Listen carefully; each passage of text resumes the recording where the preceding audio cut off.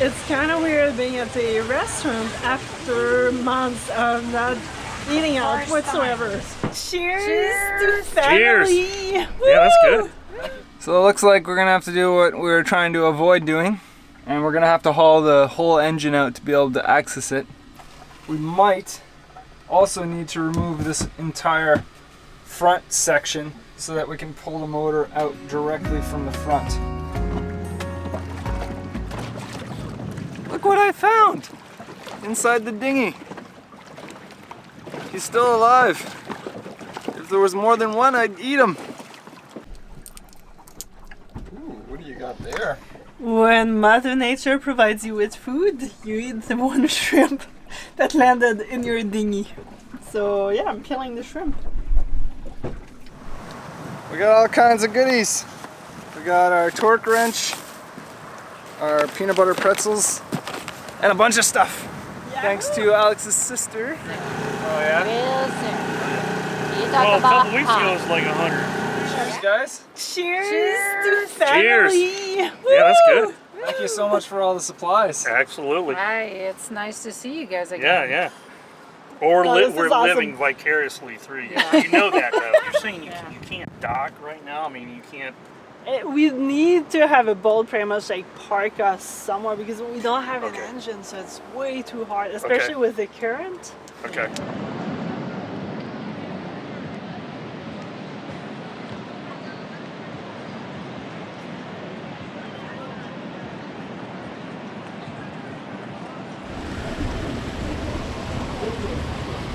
Look at the size of this thing. First time we do on the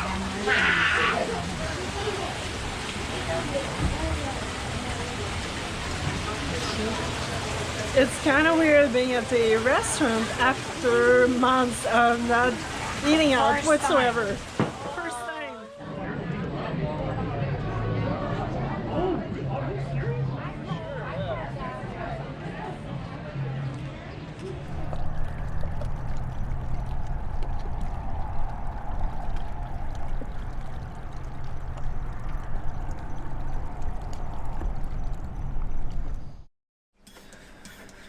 Fun times. Well, we're starting to get the engine worked on there now. We need to drop the oil pan to get at the rods, the connecting rods to the piston, to remove the old piston and replace it with the new one that we'll eventually order.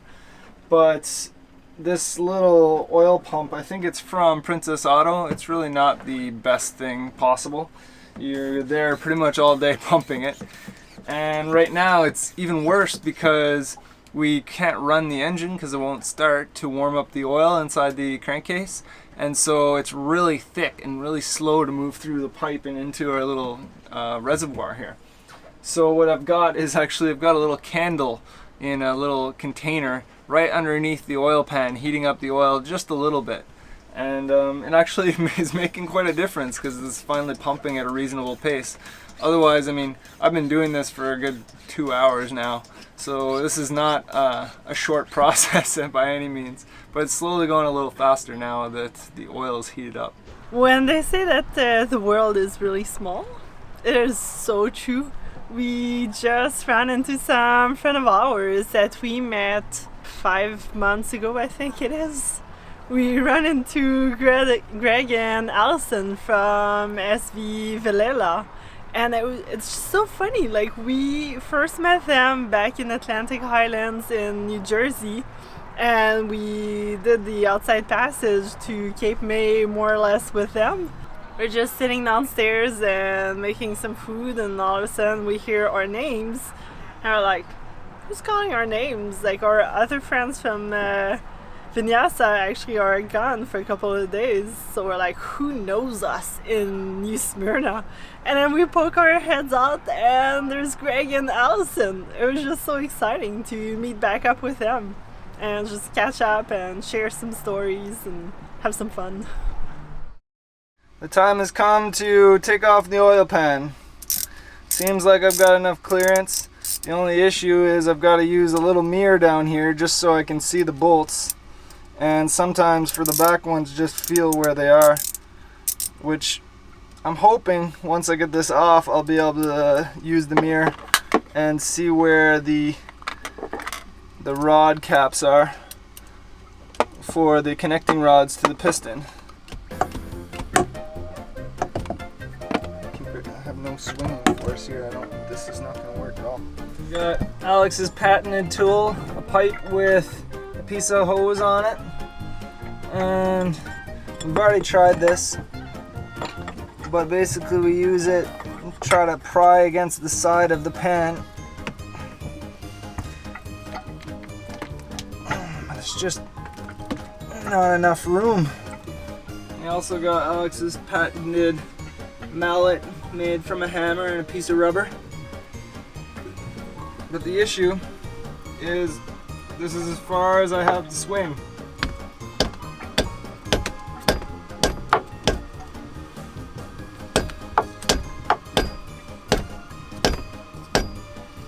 So we're not getting enough force on it. We've also tried using a spatula or a scraper. I'm stuck cooking with my utensils. Using this in between the gasket and the head, or the block, and the hammer, but same thing, we don't have enough room to actually swing it and get it in. So that's not working. We've even tried a pry bar here, but there's no real way to get it in there and pry against it because it's such a stupidly tight spot. So it looks like we're gonna have to do what we were trying to avoid doing, because the gasket on the oil pan is seized on there real good, as I guess we should have expected. And we're gonna have to haul the whole engine out to be able to access it, which I guess makes sense anyway, because we have to retorque everything from the bottom side and there's not enough room down there to do it. The next step between cleaning up the head and doing everything on the head side is to get this block out of our engine compartment.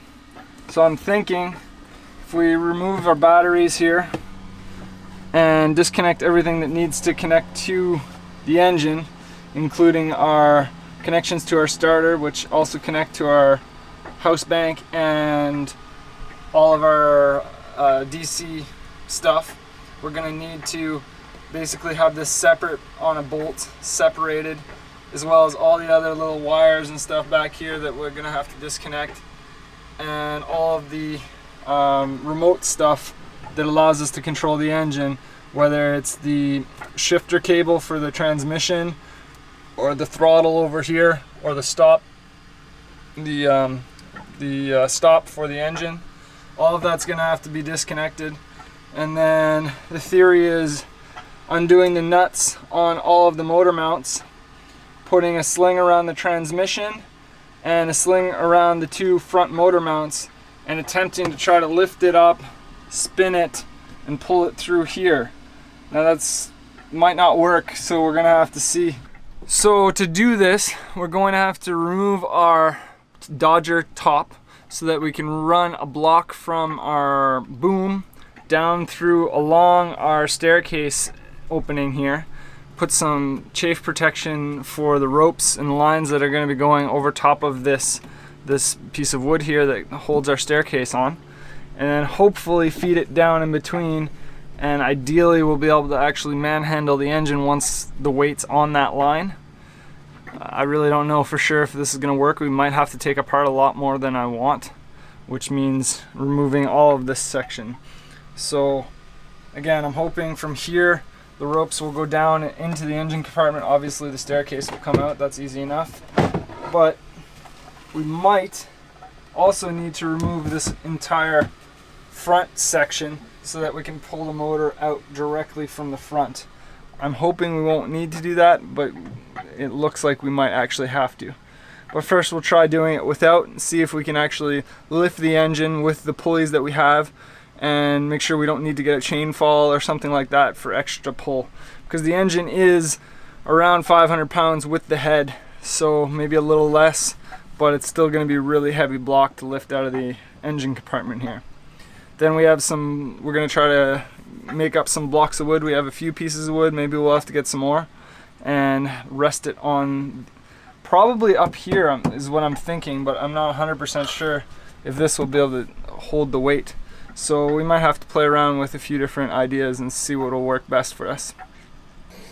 So I've got all the motor mounts slacked off. What I'm gonna try to do here is I've got everything else disconnected, all the cables and stuff. There's a few more things I have to disconnect, but first I want to make sure that I can even lift it with the method I want to try. So I'm going to slack off all the motor mount, the top bolts, and see if I can lift it at least just a little bit off the mounts, and then that'll tell me, okay, well, at least we can move the engine. So I'm just disconnecting the coupler from the back of the transmission so we can haul it out. Then I just have to disconnect the starter where the batteries are hooked up, try to work out a way to hook them back up so that we still have battery use.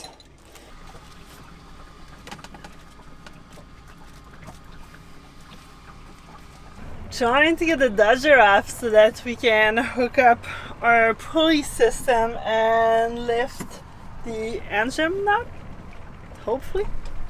Really hoping this goes. Gosh, this is stiff.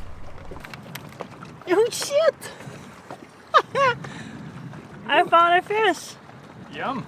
This is really sun-dried. Let's eat. Right, so now this should stand. I am kind of weird. The boat almost feels naked without the Dodger. Don't fall in that hole, whatever you do. Okay, that would hurt.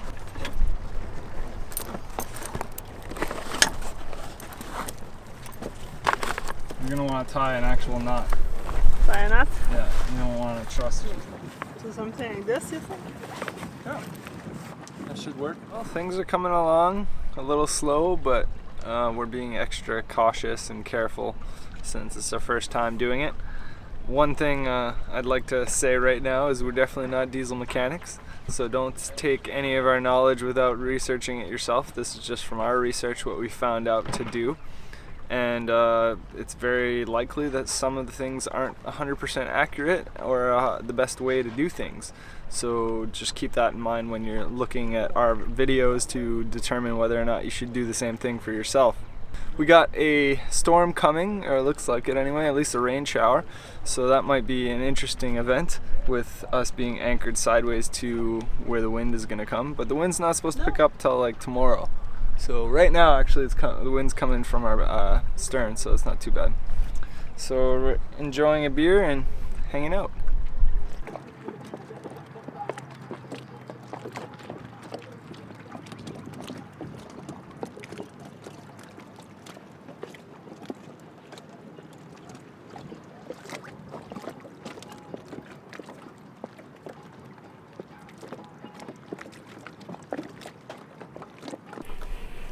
And on a side note, there's so many freaking little no-see-ums, it's insane. So in the morning it's super calm, no wind, then the wind picks up throughout the day, it's beautiful, nice breeze, and then around 5 the wind dies again, and then you get all the no-see-ums that just swarms towards us. So we've been kind of getting eaten alive in New Smyrna Beach. That's the one downside of here. We officially ran out of water, so we're heading into town to fill up the jugs.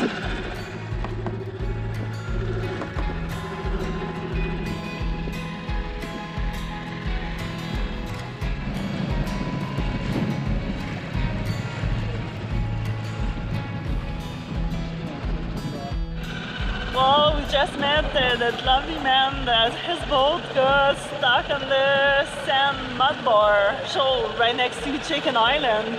And I mean, we tried to give him a bit of a hand, but he is jammed on there. And he actually called Towboat US or Cito, and they're going to be coming over, so they're going to have a little bit more power than us and should get him out nice and smooth. But yeah, it's crazy.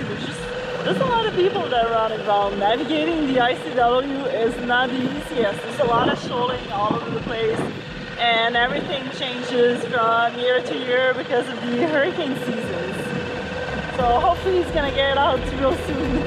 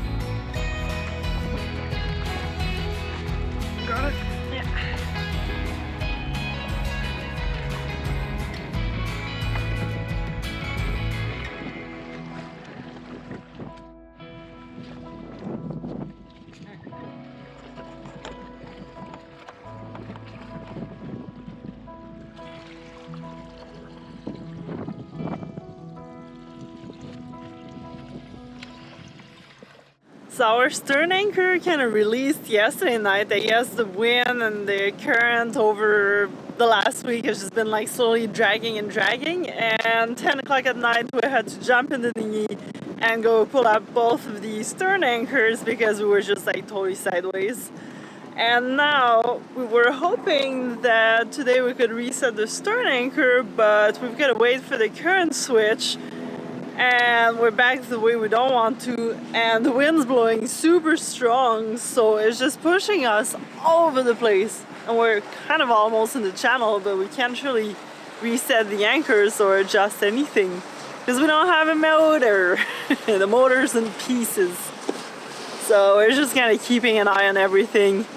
The bow anchor is really well set though, so not too worried about that. It's just we're swinging a lot and it's kind of narrow with the ICW and the docks right next to us. And it's windy and cold. I should not be wearing a bikini.